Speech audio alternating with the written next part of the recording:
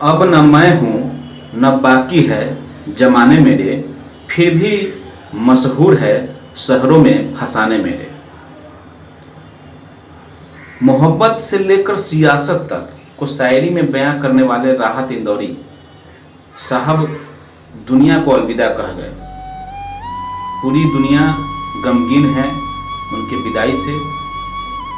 राहत इंदौरी साहब की खास बात ये थी कि वे लोगों के जज्बातों और ख्यालों को शायरी में ढाल देते थे। इसको इस अलग अंदाज में बयां करने वाले राहत इंदौरी के सियासी शेर भी खूब पसंद किए गए।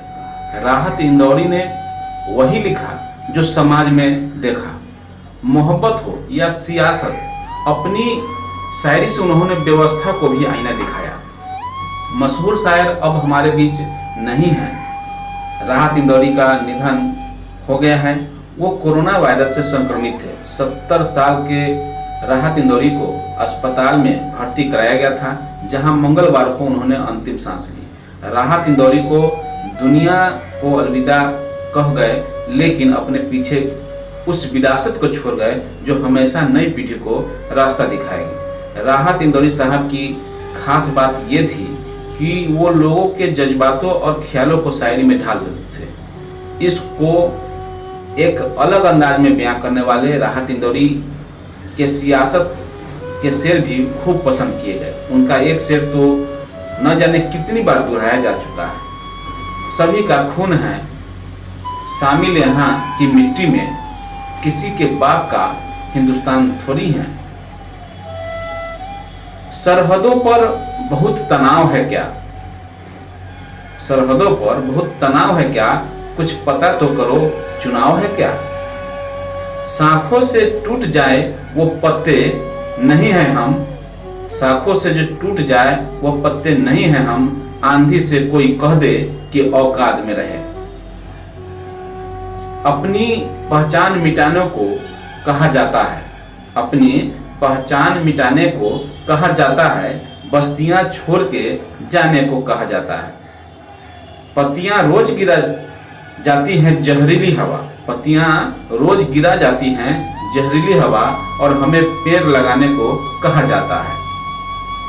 इबादतों की हिफाजत भी उनके जिम्मे है, इबादतों की हिफाजत भी उनके जिम्मे है जो मस्जिदों में सफारी पहनकर जाते हैं।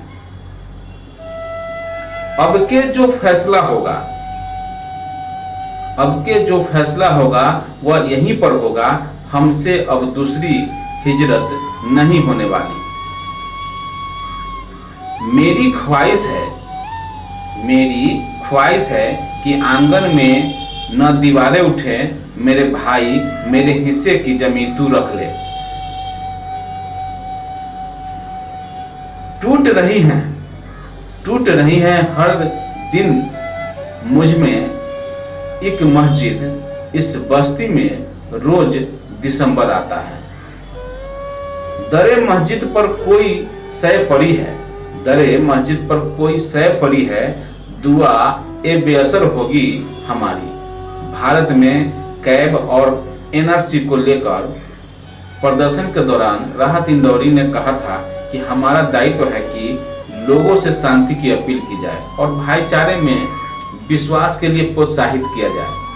कोरोना के खिलाफ जंग में भी राहत इंदौरी आगे आए। उन्होंने ट्वीट कर कहा था कि खुदा न करे मुल्क में कोविड-19 के मरीजों की तादाद ज़्यादा हो, लेकिन अगर हो जाए और इंदौर में मरीजों को आइसोलेट करने के लिए अलग कमरे की जरूरत हो, तो मेरा मकान हाजिर है।